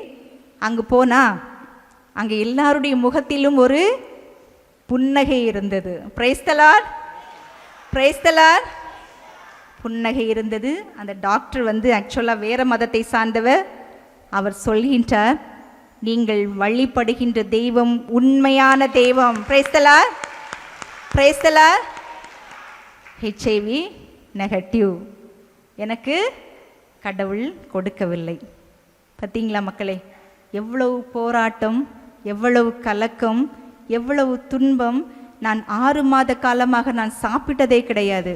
அங்கே காலையில் பன்னு தான் கொடுப்பாங்க, மத்தியானம் மாட்டுக்கறி சாப்பிடுவோம், நைட்டுக்கு ஏதாவது போடுவாங்க. அந்த இட்லிலாம் பார்த்தீங்கன்னா உங்களை விட்டால் கூட எரிஞ்சா மண்டையே உடஞ்சி போயிடும். அப்படி தான் இருக்கும் ஹாஸ்டலில். அதை கூட என்னால் சாப்பிட முடியாத நிலை. ஆனால் ஆண்டவர் எனக்கு வல்ல காரியங்களை செய்தார். செய்தாரா இல்லையா? நீங்கள் நம்பும்போது கடவுள் உங்களுக்கு என்ன செய்வார்? வல்ல செயல்களை செய்வார். நான் இன்றும் வாழ்ந்து கொண்டிருக்கின்றேன். Price the Lord. எனக்கு எந்தவித நோயுமே இல்லை. Price the Lord. ஒரு சுகர் இல்லை, ஒரு பிரஷர் இல்லை, எந்த விதமான நோயும் இல்லை. நான் மாத்திரை மருந்து சாப்பிட்றதுனா மிக மிக மிக அரிது. சாப்பிடவே மாட்டேன். எந்த நோய் வந்தாலும் கடவுள் என்னை குணப்படுத்துவார். கடவுளிடம் சொல்வேன், கடவுளை என்னை நீங்கள் குணப்படுத்துங்கள். நான் இந்த மருந்து மாத்திரையெல்லாம் சாப்பிட மாட்டேன். எனக்கு ஒரு ஆப்ரேஷன் நடந்துச்சு. ஆப்ரேஷன் முடிஞ்சு வந்தாச்சு. 3வது நாள் நான் வந்து ஆக்சுவலாக நான் நர்ஸாக பணி செஞ்சேன். கிராமங்களில் தான் நான் பணி செஞ்சேன். 3வது நாள் 4வது நாள் நான் நோயாளிகளை கவனிக்க போய்விட்டேன். அந்த ஊரில் உள்ள மக்கள் எல்லாம் சொன்னாங்க, சிஸ்டர் ரெஸ்ட் எடுங்க சிஸ்டர். இல்லை, நான் உங்களுக்காக கடவுள் என்னை அர்ப்பணித்திருக்கின்றார். கடவுள் என்னை முன்குறித்து வைத்திருந்தார். உங்களுக்காக நான் செயல்படுவேன். கடவுள் எனக்கு சுகம் தரணும். நான் செயல்பட்டேன். நான் பேஷண்ட்டை நார்மலாக பார்த்துட்டு இருந்தேன். எனக்கு இவ்வளோ மாத்திரைகள் கொடுத்தாங்க. எங்கள் டிஸ்பென்சரியில் நாங்கள் எல்லா இடத்துலையுமே ஒரு மாதா வச்சுருப்போம், ஒரு சிலுவை வச்சுருப்போம். அது கொண்டு போய் நான் வச்சுட்டேன். இவ்வளோ மருந்தையும் கொண்டு போய் வச்சுட்டேன். நீங்களே பார்த்துக்கங்க, நான் இனிமேல் மருந்து மாத்திரையெல்லாம் நான் சாப்பிட மாட்டேன். நீங்கள் தான் என்னை குணப்படுத்த வேண்டும். நான் இன்றும் வாழ்கின்றேன், இன்றும் வாழ்கின்றேன். கடவுளுடைய ஆசீர்வாதத்தினால, கடவுள் என்னை பலப்படுத்துவதனால் நான் இன்றும் வாழ்கின்றேன். கடவுளை நம்புகின்றவன் கடவுள் என்ன செய்வார்? அவர்களுக்கு பலத்தை கொடுப்பார். என்ன தருவார்? பலத்தை தருவார். நம்மோடு இருந்து செயல்படுவார். எபிரேயர் 13:5 சொல்கின்றார், நான் உன்னை விட்டு விலகுவதும் இல்லை, உன்னை கைவிடுவதும் இல்லை. எல்லாரும் சொல்லுங்க, நான் உன்னை விட்டு விலகுவதும் இல்லை, உன்னை கைவிடுவதும் இல்லை. ஆண்டவர் சொல்கின்றார், மகளே மகனே கலங்காதே, நான் உன்னோடு இருப்பேன், உனக்காக போரிடுவேன் அப்படின்னு சொல்றார். அதே போல 2020 ஒரு நம்ம நாட்டில் என்ன நடந்துச்சு? கொரோனா இல்லையா? அது வந்து மிகவும் முக்கியமான காலம், மிக முக்கியமான காலம். இன்னைக்கெல்லாம் நம்ம எல்லாம் ஆண்டவருக்கு, நீங்கள் இங்கே இருக்கவங்களெல்லாம் நன்றி செலுத்தணும். ஏன் நமக்கு கொரோனா வரல? கடவுள் நம்மை எடுத்துக்கொள்ளவில்லை, கடவுள் நம்மை ஆசீர்வதித்து வந்திருக்கிறார். இந்த கொரோனா நோயாளிகள் நம்ம இந்த இவ்வளோ தூரம் கடவுள் நம்மை அன்பு செய்து நம்மளுக்கு விடுப்பு கொடுத்திருக்கின்றார் என்றால் நாம் எப்படிப்பட்டவர்களாக கடவுளுக்காக வாழ வேண்டும் என்பது நம்ம இந்த கொரோனா நோய் நமக்கு கற்றுக் கொடுத்தது. ஆனாலும் இந்த கொரோனா நோய்க்கு அப்புறம் கூட நாம் என்ன செய்யவில்லை? நிறைய விஷயங்களை கற்றுக்கொள்ளவில்லை. மனம் இல்லையா, ஆர்வம் இல்லையா தெரியவில்லை. ஆனால் நாம் கடவுளுக்கு என்றுமே நன்றி உள்ளவர்களாக வாழ கற்றுக்கொள்ள வேண்டும். 2020 கொரோனா நோய் வருகின்றது. அனைவரும் வீட்டுக்குள்ளே தான் இருந்திருப்பீங்கன்னு நினைக்கிறேன், இல்லையா? இருந்தீங்க. நான் வந்து ஒரு நர்ஸ் என்பதனால் நான் வீட்டிற்குள் இருக்கவில்லை. அத்தனை கொரோனா நோயாளிகளையும் சந்திப்பதற்காக, அவர்களுக்கு என்ன வேணுமோ அதை செய்வதற்காக நான் கிட்டத்தட்ட 1.5 வருடம் நான் கொரோனா நோயாளிகளோடு இருந்தேன்.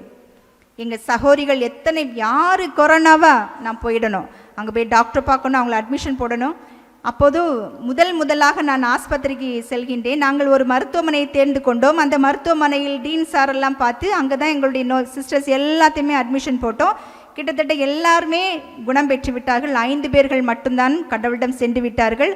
அந்த 5 பேரையும் தனியாக நின்று கடவுள் என்னோடு இருந்து அவர்களுக்கு அடக்கம் செய்தேன். நான் அதுக்கு எல்லாமே கடவுளுடைய வல்லமை மட்டும்தான் நமக்கு வந்து. அப்போதே 1.5 வருடமாக நான் அந்த மருத்துவமனைக்கு நான் சென்று கொண்டிருப்பேன். எல்லா நோயாளிகளையும் அங்கே அட்மிட் பண்ணுவேன். சிஸ்டர்ஸ் மட்டும் இல்லை, சிஸ்டர்ஸ் குடும்பத்தில் உள்ளவங்க, ஃபாதர்ஸ் குடும்பத்தில் உள்ள ஃபேமிலி யாராக இருந்தாலும் நான் அங்கே இருப்பேன். முதலாக ஒரு சிஸ்டரை நான் கொண்டு போய் அங்கே அட்மிஷன். அப்போல்லாம் ரொம்ப பயம் இல்லையா? வெளியில் வர பயம், யாரையும் பார்த்துட்டா பயம், தும்முனா பயம், தொட்டா பயம்.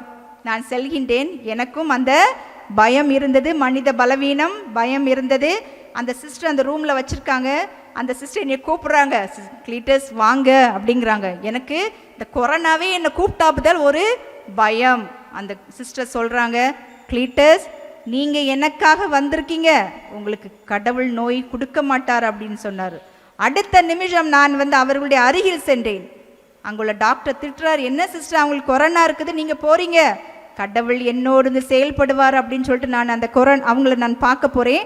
அதுலேருந்து தொடர்ந்து நிறைய நோயாளிகள் மக்களே, உண்மையாகவே நான் சொல்கிறேன், எனக்கு நிறைய பாடத்தை நான் கற்றுக்கொண்டேன். அந்த சமயம் அந்த ஆஸ்பத்திரியில் மக்கள் இறந்து போவார்கள். 500 பேர், 100 பேர், 200 பேர் அள்ளி அள்ளி போடுவாங்க. நான் என்னுடைய கண்ணால் நான் கண்டேன்.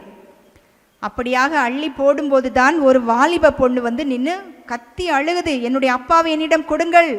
ஏன்னா அந்த சமயம்லாம் வந்து என்ன செய்யும், பிகினிங்கில் எந்த இந்த இறந்த உடலையும் என்ன செய்ய மாட்டார்கள், கொடுக்க மாட்டார்கள். மொத்தமாக கொண்டு போய் ஒரு இடத்துல போய் எரிச்சிடுவார்கள். அப்போ அந்த பொண்ணு கதறி அழுகுது, எங்கள் அப்பாவை எனக்கு கொடுங்க அப்படின்னு அழுகுது. நான் அந்த சமயம் நான் அந்த பக்கம் வரேன், ஏன்பா அழுதுட்டுருக்க? சிஸ்டர், எனக்கு அம்மா இல்லை, எங்கள் அப்பா இருந்தாங்க, எங்கள் அப்பாவும் என்னை விட்டு போயிட்டாங்க சிஸ்டர், எங்கள் அப்பாவை கொடுக்க சொல்லுங்க சிஸ்டர், நான் அனாதையாக இருக்கேன்னு கத்திச்சு. நான் ஆண்டவர்கிட்ட சொன்னேன், என்ன ஆண்டவரே நீங்கள் என்ன செஞ்சுட்டு இருக்கீங்க? இத்தனை பேர் செத்து அனாதையாக இருக்கின்றார்கள், நீங்கள் எங்கே இருக்கீங்க அப்படின்னு நான் வேதனைப்பட்டேன். நானும் கேள்வி கேட்டேன், கடவுளை நீங்கள் இருக்கீங்களா இல்லையா கேள்வி கேட்டேன். தினமும் ஆண்டவிடம் ஜெபிப்பேன், மண்டிட்டு ஜெபித்தேன், கையை விரித்து ஜெபித்தேன். தினமும் 3 அருள் எந்த மரியா ஜெபமும், விசுவாச பிரமாணம் 3, மிகவும் இரக்கமுள்ள தாய் 3 ஜெபமும், இந்த 3 ஜெபமும் கையை விரித்து ஜெபிப்பேன். நான் ஆண்டவரே மக்களை குணப்படுத்துங்கள், நீங்கள் இருக்கீங்கன்னு சொல்லி மக்களுக்கு வெளிப்படுத்துங்கள் அப்படின்னு சொல்லி நான் ஜெபிப்பேன். கடவுள் மேல் எனக்கு கோபம் இருந்தால் கூட நம்பிக்கையோடு நான் ஜெபித்தேன். அதனுடைய விளைவு இன்று நான் உயிரோடு இருக்கின்றேன். Price the Lord, praise the Lord. கடவுள் நம்மோடு இருந்து வழி நடத்துவார் அப்படிங்கிற நம்பிக்கை உங்களுக்கு இருக்கா இல்லையா? இருக்கா இல்லையா? இருக்கு இல்லையா? கடவுள் நான் எந்த அளவுக்கு நான் வந்து கடவுள் மேல் எனக்கு கோபம் இருந்ததோ, எனக்கு கடவுள் ஒரு இருமல் கூட கொடுக்கல, ஒரு சளி கூட எனக்கு வரல, கொரோனாவும் வரல, எதுவுமே வரல. இதுதான் ஆண்டவருடைய வல்ல செயல்கள். நம்புறீங்களா இல்லையா? நம்புகிறோம். நான் சாட்சிங்க, நான் உங்களுக்கு உண்மையாகவே சொல்கிறேன், நான் சாட்சியாக இருக்கிறேன். எனக்கு நிறைய வந்து கடவுள் நிறைய வல்லமை உள்ள காரியங்களை எல்லாம் செய்கின்றார். கடவுளை நம்பும்போது ஆட்டோமேட்டிக்காக நமக்கு என்ன வருது? என்மேல் நம்பிக்கை வருது. கடவுளை நம்பி நான் செயல்படும் போது யார் மேல் நம்பிக்கை வருது? என்மேல் நம்பிக்கை வருது. Price the Lord, praise the Lord, praise the Lord, praise the Lord. இயேசுவுக்கே புகழ், இயேசுவுக்கே புகழ், இயேசுவுக்கே நன்றி, இயேசுவுக்கே நன்றி. மரியே வாழ்க, மரியே வாழ்க. இயேசு நம்மளெல்லாம் தேடி வராரு அப்படி நம்புறீங்களா? நம்புறோம். உண்மையாவே நம்புறீங்களா? எல்லாரும் அமருவோம். யாரெல்லாம் உங்களை இயேசு தேடி வந்துட்டு இருக்கா, அதனால நான் வாழ்க்கையில சந்தோஷமா இருக்கிறேன், இவங்கெல்லாம் பிரைஸ் தி லார்ட் சொல்லுங்க. Price the Lord, praise the Lord. சத்தமா சொல்லுங்க, price the Lord, praise the Lord. Okay. கடவுள் தினமும் நம்மளை என்ன செய்கின்றார்? தேடி வருகின்றார். என்ன செய்கின்றார்? தேடி வருகின்றார். அதை நாம் எப்படி உணர்ந்து கொள்வது? நல்ல காரியங்கள், நல்ல செயல்பாடுகள், நல்ல பழக்க வழக்கங்கள் மூலமாக கடவுள் நம்ம என்ன செய்கின்றார்? தேடி வருகின்றார். நான் உண்மையாகவே கடவுள் மேல் நம்பிக்கை கொண்டவன் அப்படின்னு சொன்னா அது எதில் வெளிப்படும்? என்னுடைய வாழ்க்கையில் வெளிப்படும். எதில் வெளிப்படும்? என்னுடைய வாழ்க்கையில் வெளிப்படும். யாக்கோபு எழுதிய திருமுகத்தில் 2வது அதிகாரம் 17 பார்த்தோம் அப்படின்னு சொன்னா, செயல் வடிவம் பெறாத நமது நம்பிக்கை செத்த நம்பிக்கைக்கு சமம். செயல் வடிவம் பெறாத நம்பிக்கை எதற்கு சமம்? செத்த நம்பிக்கைக்கு. நம்ம சொல்லலாம், நான் ஆண்டவர் மேல் நம்பிக்கை வச்சிருக்கேன், நான் உங்களை நம்புறேங்க, உங்களை இது பண்றேன், ஆனா என்னுடைய வாழ்க்கை எப்படி இருக்கின்றது? வாயால் சொன்னா மட்டும் போதுமா? இல்லை. அது எதில் வெளிப்படணும்? நம்முடைய செயல்பாட்டில் வெளிப்பட வேண்டும். அதுதான் உண்மையான நம்பிக்கை. யாக்கோபு என்ன சொல்றாரு?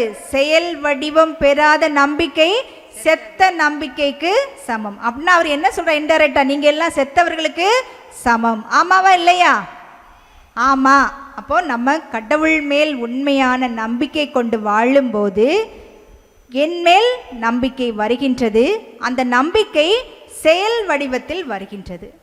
நான் கடவுள் மேல் நம்பிக்கை கொண்டு என் மேல் நம்பிக்கை கொண்டு நல்ல செயல் வடிவம் பெறும்போது என் கணவன் மீது எனக்கு நம்பிக்கை இல்லாமல் போகுமா? என் மனைவி மேல் எனக்கு நம்பிக்கை இல்லாமல் போகுமா? என்னுடைய பிள்ளைகள் மேல் எனக்கு நம்பிக்கை இல்லாமல் போகுமா? என்னுடைய பெற்றோர்கள் மேல் நம்பிக்கை இல்லாமல் போகுமா? கிடையாது. நான் உண்மையாகவே கடவுளுக்குரிய நம்பிக்கைக்குரிய பிள்ளையாக வாழ்ந்து கொண்டிருந்தால் நான் என்னுடைய கணவனை நம்புவேன், நான் என்னுடைய மனைவியை நம்புவேன். பெற்றோர்கள் பிள்ளைகளை நம்புவார்கள், பிள்ளைகள் பெற்றோர்களை நம்புவார்கள். நம் அருகாமையில் இருக்கின்ற பக்கத்து வீட்டில் உள்ளவர்களை நம்புவோம். எனக்கு நம்பிக்கை இருக்குது, கடவுள் என்னோடு இது செயல்படுகின்றார் என்றால் நாம் கண்டிப்பாக சொல்ல மாட்டோம் அவங்க எனக்கு ஏதோ பண்ணி விட்டாங்க, என் காலு உடஞ்சி போயிடுச்சு, என் காலு திருப்ப முடியலை, நடக்க முடியலை அப்படின்னு நம்ம சொல்லுவோமா? கடவுளுக்குரிய பிள்ளைகள் அப்படி சொல்லுவாங்களா? சொல்லவே மாட்டார்கள். ஆவி நம்மளுக்குள் செயல்படும் போது நாம் யாரு மேலும் குறைபாடுகள் செய்யவே மாட்டோம். அதனால் அன்பு மக்களை, நீங்கள் இன்னைக்கு கடவுள் முன்னிலையில் ஒரு முடிவெடுக்கணும். கடவுளை, நான் உங்களை நம்புகின்றேன்.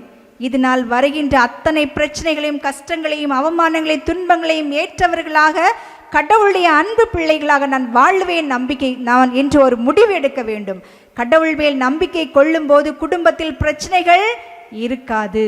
நீங்கள் வாழ்ந்து பாருங்க, கண்டிப்பா நீங்க ஃபீல் பண்ணுவீங்க, உணர்வீங்க கடவுள் என் கூட இருக்கிறாரு. அதனால துன்பங்கள் வருதான். கணவன் யாரையா விட்டுட்டு உங்களை விட்டுட்டு எங்கேயாவது போதான் செய்வாரு, உங்க மனைவி உங்களை விட்டுட்டு எங்கேயா போவாங்க. ஆனால் நம்பிக்கையோடு ஜெபிக்கும் போது அவர்களுடைய உள்ளம் துடிக்கும். அவர்கள் உணர்வார்கள், நான் தவறு செய்து விட்டேன், என்னுடைய மனைவிக்கு எதிராக தவறு செய்து விட்டேன், என்னுடைய கணவனுக்கு எதிராக தவறு செய்து விட்டேன், என் பெற்றோர்களுக்கு எதிராக தவறு செய்துவிட்டேன் என்று அவர்கள் உணர்வார்கள். எப்போது உணர்வார்கள்? நீங்கள் கடவுள் மேல் ஆழமான நம்பிக்கை கொள்ளும் போது கடவுள் உங்களுக்கு பலத்தை தந்து நல்ல வாழ்க்கையை கொடுப்பார். நீங்கள் ஆஸ்பத்திரிக்கு போறீங்க, என்ன நடக்குமோ, அந்த டாக்டர் என்ன பண்ணுவார், செத்து போயிடுவோமோ இல்லை சரியாக இருப்போமோ அப்படின்னு ஒரு நம்பிக்கை, அவன் நம்பிக்கையில் நம்ம போகும்போது நல்லது நடக்குமா? நல்லது நடக்கவே செய்யாது. அதே சமயத்தில் நீங்கள் கடவுள் மேல் நம்பிக்கை கொண்டவர்களாக அந்த இடத்தில் நுழையும் போது யார் உங்களுக்காக போராடுவார்? கடவுள் உங்களுக்காக போராடுவார். கடவுள் உங்களோடு இருப்பார். அந்த டாக்டர் யாராக வருவார்? கடவுளாக வருவார். இன்று நான் இந்த செய்தியை கொடுக்க வருவதற்கு முன் இது எனக்கு ஒரு முதல் அனுபவம். எனக்கு நீண்ட நாட்களாக இப்படி செய்தி கொடுக்க வேண்டும் என்ற ஆசை இருந்தது. நான் இதை எதிர்பார்க்கவே இல்லை. ஒரு நாள் தந்தை சொன்னாங்க, சிஸ்டர் நீங்கள் செய்தி கொடுங்க அப்படின்னு சொன்னாங்க. நான் உடனே சரி என்று சொன்னாலும் என் மனதில் ஒரு பயம் இருந்தது. ஆனாலும் கடவுள் என்னோடு இதை செயல்படுத்துவாங்க நம்பிக்கை எனக்கு இருந்தது. நான் கடவுளை நம்பினேன். அந்த நம்பிக்கை எனக்குள் இருந்தது. அந்த நம்பிக்கை தான் இன்று செயல் வடிவம் பெறுகின்றது. Price the Lord. கடவுள் உங்களோடு இருந்து போராடுவார் என்ற நம்பிக்கை உங்களுக்கு இருக்கும்போது நான் இன்று சொல்கின்றேன், கடவுள் உங்களுக்கும் வல்ல செயல்களை செய்வார். Price the Lord. Praise the Lord. இறுதியாக மார்க் 9:23, மார்க் 9:23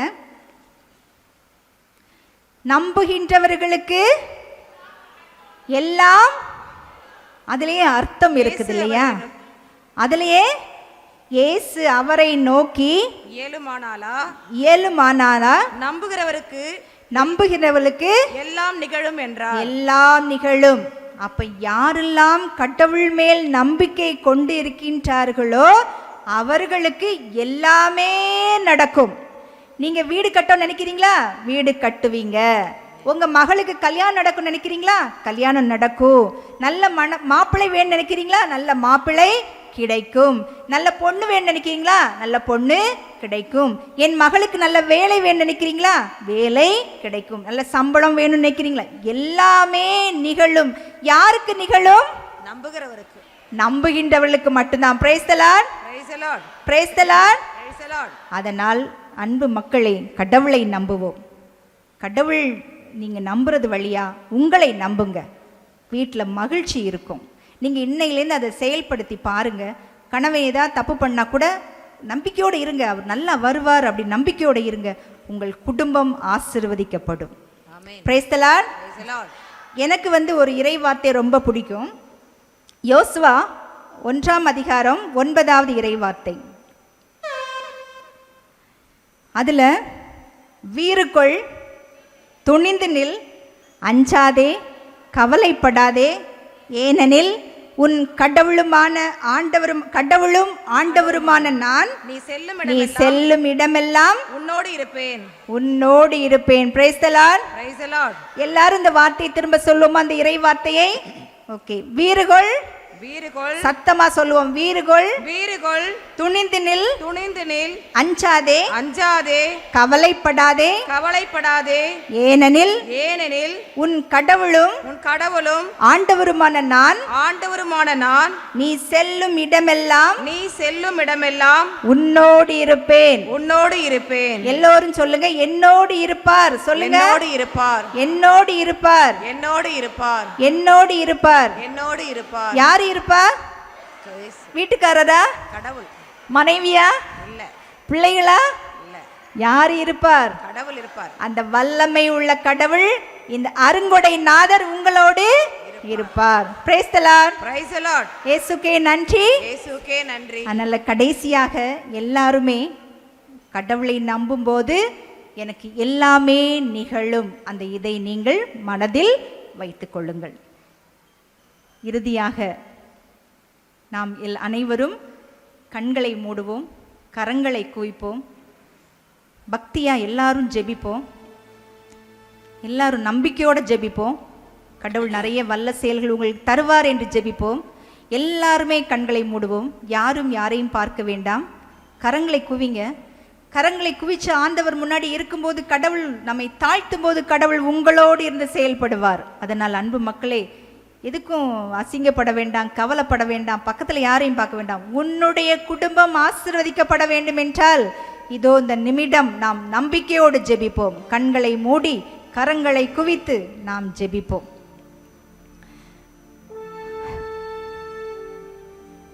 ஆண்டவராகிய கடவுளே, இந்த நாளுக்காகவும் இந்த நேரத்திற்காகவும் நன்றியோடு துதிக்கின்றேன் தகப்பனே. இதோ உமது அன்பு பிள்ளைகளாகிய நாங்கள் அனைவரும் உமது பாதத்தில் அமர்ந்திருக்கின்றோம். நீர் எங்களை நோக்குகின்றீர் ஆண்டவரே, எங்களை ஆசீர்வதிக்கின்றீர் ஆண்டவரே. இங்கு இருக்கின்ற அத்தனை பேரையும் ஆண்டவரே உமது வல்லமை உள்ள கரத்தினால் தொட்டு ஆசீர்வதிக்கும்படியாக மன்றாடுகின்றேன். உச்சம் தலையிலிருந்து உள்ளம் கால் வரை உமது நம்பிக்கை எனும் நங்கூரத்தை கொடுத்து அவர்களை ஆசீர்வதியும் ஆண்டவரே. மனதில் இருக்கின்ற அத்தனை சந்தேகங்களையும் போக்கும்படியாக மன்றாடுகின்றேன்.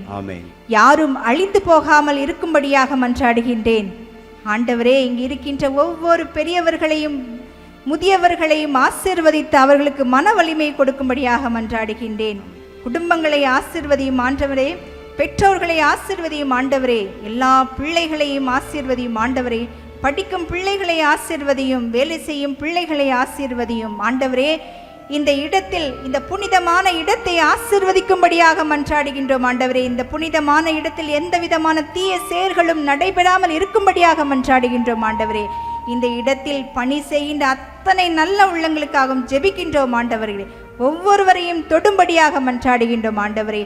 ஆண்டவராக இயேசுவே, இந்த ஊழியத்தில் இருக்கின்ற அத்தனை நல்ல உள்ளங்களுக்கும் அவர்களுடைய குடும்பங்களுக்கும் அவர்கள் நினைப்பதற்கு மேலாக அவர்களை ஆசீர்வதிக்கும்படியாக மன்றாடுகின்றேன் ஆண்டவரே. இத்தனை பெரிய நிறுவனத்தை நடத்தி வருகின்ற அருமையான அருள் தந்தை அமல்ராஜ் அவர்களுக்காக ஜெபிக்கின்றோம் ஆண்டவர்களே. அவர்களை தொடும்படியாக உமது வல்லமையுள்ள ஆவியானவர் அவர்களுக்கு ஊற்றெடுக்கும்படியாக மன்றாடுகின்றோம் ஆண்டவரே. மொத்தமாக ஆண்டவரே, இந்த நேரத்தை ஆசீர்வதித்து என்னோடு இருந்து பேசிய முது மேலான கிருபைக்காக நன்றி செலுத்துகின்றேன். எல்லாவற்றையும் சேர்த்து ஆண்டவர் நம்மையும் நம் குடும்பத்தையும் எந்நாளும் ஆசீர்வதித்து வழி நடத்துவாராக. எங்கள் ஆண்டவராகிய கிறிஸ்து வழியாக மன்றாடுகின்றேன். ஆமென்.